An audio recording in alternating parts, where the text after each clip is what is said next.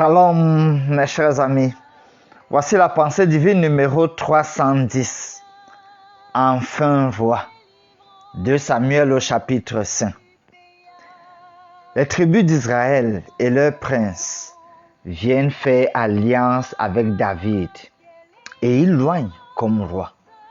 Le verset 3 nous dit: ainsi tous les anciens d'Israël vinrent auprès du roi à Hébron.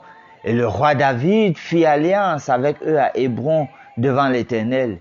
Ils joignirent David pour roi sur Israël.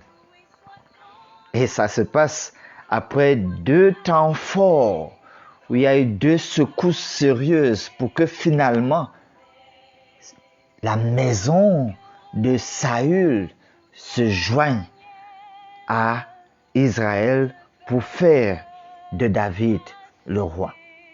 En gros, ce qu'on peut donc voir et conclure sur David, sur sa royauté, c'est qu'il est devenu roi à 30 ans.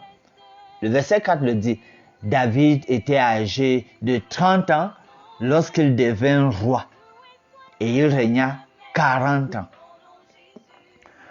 On le sait, il a d'abord régné sur Juda pendant 7 ans et 6 mois. Après cela, lorsque Israël se joint donc à lui, il régna sur tout Israël et Juda pendant 33 ans. Et lorsque David pouvait se retourner et voir tout ce qui s'est d'abord passé pour qu'il devienne roi en Juda, et les 7 ans où il y a eu toutes ces difficultés pour finalement avoir Israël, David reconnaît que c'est l'Éternel qui à chaque fois a dispersé ses ennemis devant lui comme des eaux qui s'écoulent. Cher ami, ce que je vois ici, c'est que le leader qui est élevé par Dieu ne doit que compter sur Dieu pour réussir et pour mener à bien sa mission de leadership. Je vois aussi qu'il faut beaucoup d'efforts pour finalement réussir à pacifier et unifier une nation. Parce qu'il y a plusieurs velléités que les gens développent qui vont dans le sens de diviser. Ça coûte de pouvoir pacifier, ça coûte de pouvoir unifier.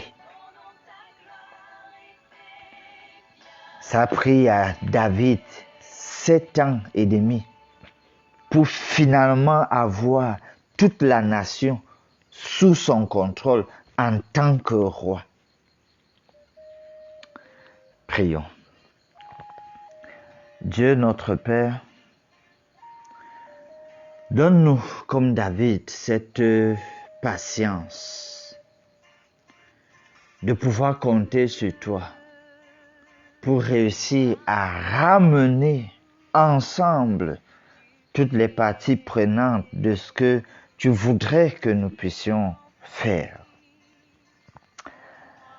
À l'instar de David et Israël, je prie pour les différentes nations et tout ce que tu élèves en dignité afin de ramener la paix et l'unité, la concorde, toutes choses pour ta gloire. Nous prions au nom de Jésus. Amen.